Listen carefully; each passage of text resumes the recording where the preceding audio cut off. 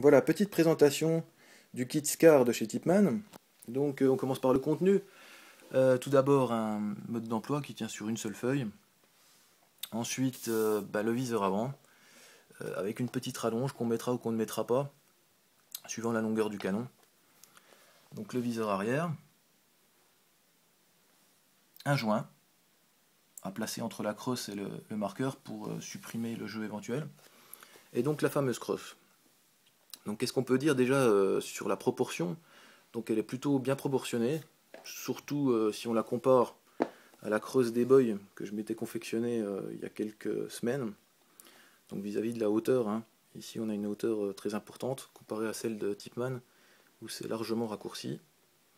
Et donc c'est du plus bel effet sur le marqueur. Qu'est-ce qu'on peut dire? Qu'il y a un bouton qui sert à rien. Et par contre sur la D-Boy, quand on appuie dessus, donc elle joue son rôle, hein, on a accès à l'intérieur de la creuse. Hein. Voilà, alors que celle de Tipman, on n'a pas cette option. Par contre, on verra quand ça sera monté sur le marqueur, elle s'articule les deux de la même façon, quoi. Voilà. Ensuite, par rapport au viseur arrière, le viseur arrière Tipman, hein, que ce soit l'arrière ou que ce soit l'avant d'ailleurs, c'est du plastique. Hein. Alors que celui de D-Boy, eh bien c'est en aluminium, c'est un peu plus costaud, il y a des réglages. Bref, c'est un peu plus sérieux, quoi. Mais bon, on n'est pas là pour tester le viseur D-Boy, donc on va repasser sur le kit et on va procéder à son montage. Donc, ça se monte sur des X7 ou des Phenom, très simplement. Hop. Comme ceci. Et on met les goupilles qui vont bien. D'ailleurs, si j'arrive à le faire à une main, c'est bien la preuve que c'est très simple à monter. Les deux goupilles. Voilà. La crosse est montée sur le marqueur. Pour le viseur avant, j'ai un petit Lapco 10 pouces. Donc on peut mettre la rallonge. Hop. Et on le glisse. Voilà. Ça c'est le Lapco avec la rallonge. Pour ceux qui veulent voir. Comme ceci. Voilà. Bon, moi je vais pas le monter avec la rallonge. Hein, puisque c'est un canon de 10 pouces, il est pas très long.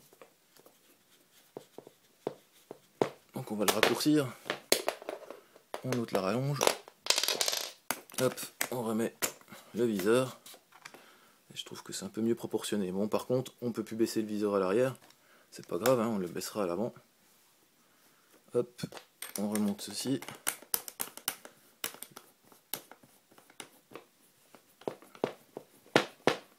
Voilà, deux petites vis à visser ici pour sécuriser le tout. Et voilà. Hop. Alors le joint, pas besoin de le monter, hein, le joint finalement. Il n'y a aucun jeu dans la crosse, peut-être que ça viendra plus tard avec l'utilisation. Mais comme ça, là, quand elle est neuve, c'est pas nécessaire. Donc ensuite le viseur arrière.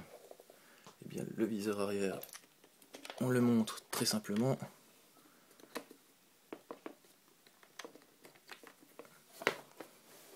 Peut-être un peu trop vissé, on va juste le dévisser pour que ça passe. Il est complètement dévissé. Alors, on peut le baisser en arrière, donc on le règle pour que ça rentre et que ça s'enclenche dans la crosse. Et ensuite, on met la partie arrière. On va essayer de le visser. Et il n'y a qu'une main, c'est pas évident. C'est pas grave, hein, je vais pas le monter, je vais vous montrer comme ça pour l'instant. Hop. Voilà. Donc, bien sûr, le flip, il se monte. Et donc on a un Scarel, pas le Scarache mais le Scarel, voilà, très bien proportionné je trouve, et ça lui donne une gueule d'enfer, hein, personnellement, je trouve. Voilà, alors on va regarder, on va manipuler un peu cette crosse, hein. Donc la possibilité de l'agrandir en appuyant sur un bouton qui est à l'arrière, hop, et on l'agrandit. Alors là, je sais pas pourquoi. Bon, il y a 8 positions, c'est super bien. Par contre, la huitième position, c'est vraiment pour les géants, quoi. Hein.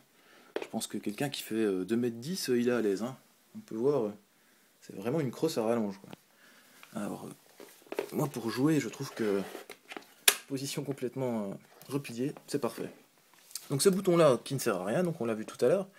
Et puis donc, le bouton de pliage, ici, avec un petit ressort, qui ramène la crosse en arrière automatiquement. Donc je le retiens un petit peu pour pas que ça aille taper sur le... Hop, sur le cyclone. Et donc ça vient s'adapter parfaitement. Hein, bien s'adapter ici. Et ça s'arrête justement sur le cyclone à cet endroit-là. Donc ça va pas plus loin. Ça frotte nulle part ailleurs. Voilà. Et donc on a un marqueur qui est beaucoup plus court, beaucoup plus compact pour les jeux en bâtiment. Par contre, eh bien, on remarquera que de ce côté-là, pour les gauchers, c'est très bien. Mais alors, pour les droitiers, on change de main. C'est quand même pas évident de mettre la main, quoi. Hein. La main, elle passe vraiment tout juste. Hein. Mais bon, ça passe.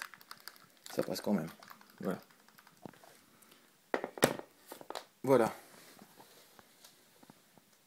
Bon, ben voilà, je pense que j'ai tout dit. Hein. Pas grand-chose à rajouter. Voilà. Bonne soirée à tous.